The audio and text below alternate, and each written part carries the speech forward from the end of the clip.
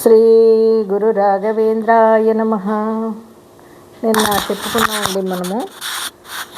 ఆయన సన్యాసిస్తానికి ఇష్టపడ్డాడు. అలాగే భార్యతో సంప్రదించి ఆవిడ ఒప్పందంతో ఆవిడ్ని బిడ్డని అన్న వదిన దగ్గర వదిలేసి ఇంకా గురువు గారి దగ్గరికి వచ్చేసి ఏం చేస్తారో చూద్దాం.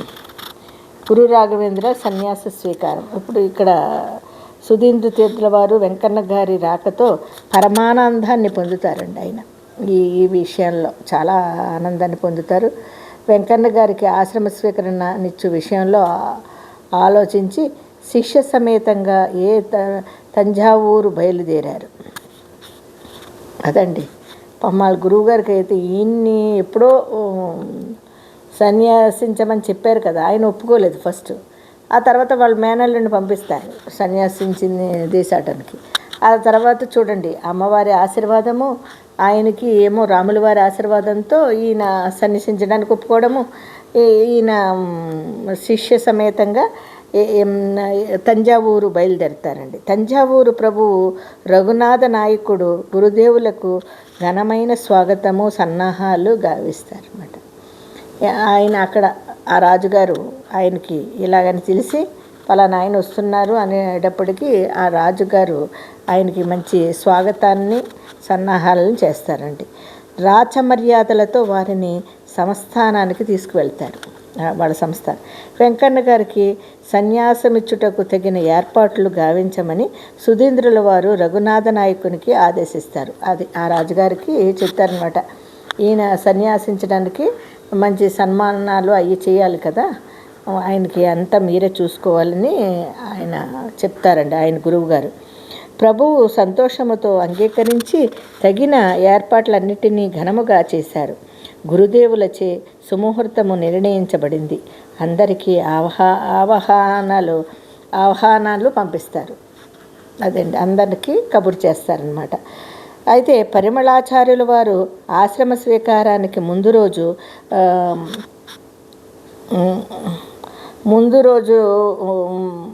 మండనము అంటే ఆత్మ శ్రద్ధము మొదలగు కర్మలను నిర్వహించుకున్నారు. ఈ యొక్క సన్యాసానికి ఇవన్నీ ఉంటాయనుకుంటండి, మనకి తెలీదు. ఆశ్రమ స్వీకారానికి ముందు రోజు ముండనము ఆత్మశ్రద్ధము అని మొదలగు కర్మలను నిర్వహిస్తారటండి. మరి దాని పరమార్థం కూడా నాకు సరిగ్గా తెలీదు. ఇవి చేస్తారంట సన్యసించే ముందు.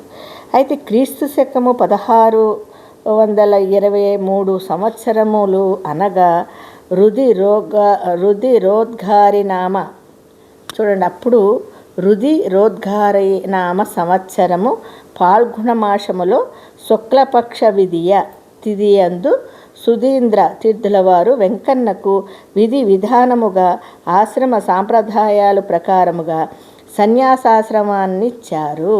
అది ఎంతో తతంగా ఉంటుందండి. ఇప్పుడు ఇది కలియుగం కదా, మరి అప్పుడు ఆ కాలంలో అంటే ఇప్పుడు 1623 సంవత్సరాలు అంటే క్రీస్తు శకం.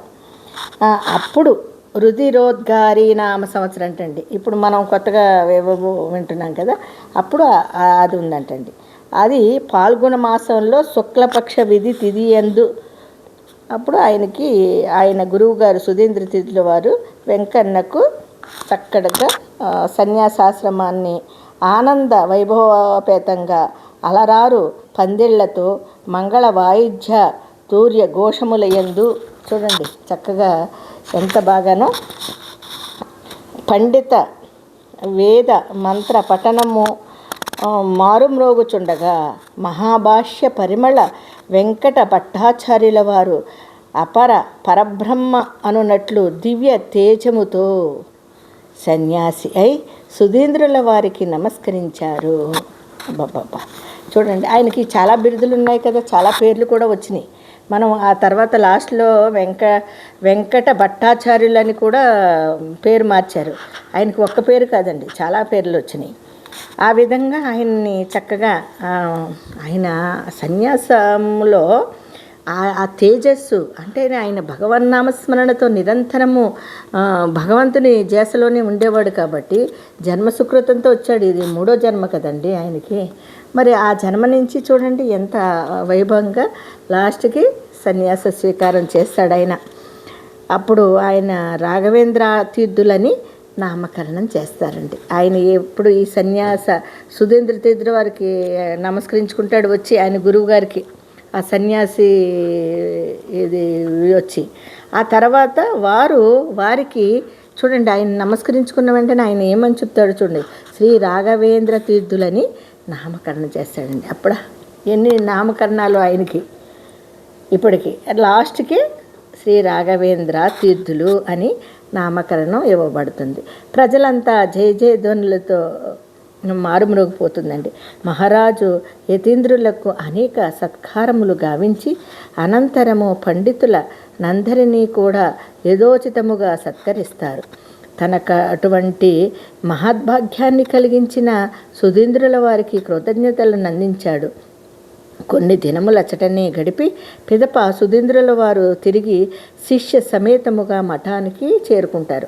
ఆయన గురువుగారు అదే కుంభకోణంలోని శ్రీమద్వ మఠములో మూలరాముని నిత్యపూజల కంతరాయము కలగకుండా అదండి. ఇంతకీ ఈయన్ని సన్నిసించడానికి ఆ రాముల వారి పర్మిషను ఆ మహానుభావుడు రాముల వారి ప్రత్యక్షంగా దర్శనమిచ్చి ఆయనకి చెప్పడము, సరస్వతీదేవి అనుగ్రహంతో మొత్తానికి ఆయన సన్నిసించడము, మళ్ళీ అక్కడ ఆయనకి రాముల వారికి నిత్య పూజలు జరుగుతూ ఉన్నాయండి. అయితే అంతయు నిత్య పూజలకు అంతరాయము కలగకుండా మఠాధిపత్యాన్ని శ్రీ రాఘవేంద్ర తీర్థుల వారికి అప్పగించి సింహాసనారూఢులను గావించి కనకాభిషేకమునర్చి ప్రణవ మంత్రోపదేశములతో పాటు తనకు గురు లబ్ధమైన చతుష్టష్టి కళలను వారికి ఉపదేశించారు సుధీంద్ర తీర్థుల వారు. మరి సన్యసించిన తర్వాత ఆ పీఠానికి సరిపడా ఒక యోగ్యత ఉంటుంది కదండి, అందులో ఏమేమి చేయాలి ఏమేమి చేయకూడదు అని అవన్నీ కూడా ఆయనకి నేర్పించారంటండి ఆయన గురువు గారు. అప్పటికే ఆయన చక్కగా వయసు మీరిపోయి ఇబ్బంది పడుతున్నారు, కానీ ఈ బాధ్యత స్వీకారం చేసేస్తే ఆయనకి ఇంకా హ్యాపీగా ఉంటుంది కదా. అదేనండి భగవంతుడు ఎవరో ఒకరి దగ్గర, ఇప్పుడు నేనే ఉన్నాను అనుకోండి, బాబాగారు మందిరం కట్టుకున్నాను, నా తర్వాత ఎలాగా అనుకుంటే ఏదో ఒక రకంగా ఆయన పురమాయించుకుంటాడండి. ఆ భగవంతుడే దానికి మార్గాన్ని ఆయనే ఎంచుకుంటాడు. అదేవిధంగా ఆయన రాముల వారిని సేవిస్తూ రాముల వారి గుడి కట్టుకుని రాముల వారిని సేవిస్తూ ఉన్న ఆ గురువు గారికి చూడండి మంచి శిష్యుడు దొరికారు కదా రాఘవేంద్ర స్వామి. ఆ విధంగా ఆయన సేవ చేసుకోవడానికి ఆయన స్వప్న దర్శనం ఇచ్చి ఆయన పేరు చెప్పి ఆ రాముల వారు చేయడము, ఆ సరస్వతీదేవి నేనున్నానురా అని చెప్పి ఆవిడ నువ్వు సన్యసించాలని చెప్పడము చూడండి. జన్మ సుకృతంతో మరి ఆయన భగవత్ ఆరాధనలో ఉంటేనే ఇదంతా జరుగుతుందండి. ఏదో ఉట్టుట్టి మంత్రాలతోనో ఉట్టిట్టి భక్తితోనో ఉంటే కాదు, సాధనాపరమైన భక్తితో భగవంతుడి మీద అపారమైన నమ్మకంతో ఉంటే తప్పకుండా మనం అనుకున్నది చేయగలుగుతాం. ఆ విధంగా ఆయనకి ఆ సింహాసనం దక్కడము, దాని నుంచి ఏమేమి చెప్పాలి, ఆయనకి ఏమేమి బోధించాలి అన్నీ బోధించడము జరిగిందండి. అది ఆయనకి చూడండి కనకాభిషేకం అనర్చి ప్రణవ మంత్రోపచారణలతో పాటు తనకు గురులబ్ధమైన చతుష్ట కళలను వారికి ఉపదేశించారు సుధీంద్ర తీర్థుల వారు. నిత్యము మూల రామార్చనతో పాటు వేదాంత శాస్త్ర చర్చ గావిస్తూ తన ఆశ్రమ ధర్మాన్ని పీఠ బాధ్యతలను సక్రమంగా నెరవేర్చసాగారు రాఘవేంద్రుల వారు. అది ఇంకా ఆయన చెప్పడము, ఈయన చక్కగా దాన్ని ఆ పీఠానికి అర్హుడు అయిపోయాడు. ఆయన చక్కగా అన్నీ కూడా ఏ విధంగా చేయాలో ఆ విధంగా చేస్తూ వస్తున్నారండి. శ్రీ రాఘవేంద్ర తీర్థుల వారు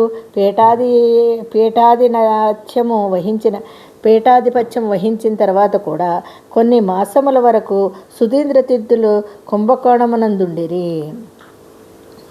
ఆయన దీన్ని పీఠాన్ని అతిక్రమించిన ఆయన కూడా సుధీంద్ర తీర్థుల వారు కూడా ఆయనతో పాటే ఉన్నారటండి అక్కడే కుంభకోణంలోని. అనంతరము హంపీకి చేరుకున్నారు. చివరికి ఏం చేశారండి, హంపీకి చేరుకున్నారంట. అక్కడ కొన్ని దినములు గడిపిన పిదప తమ పరమ గురువులైన చంద్రికాచార్యుల వారి బృందావనము అంటే అక్కడ సమాధి చేరి శ్రీకృష్ణ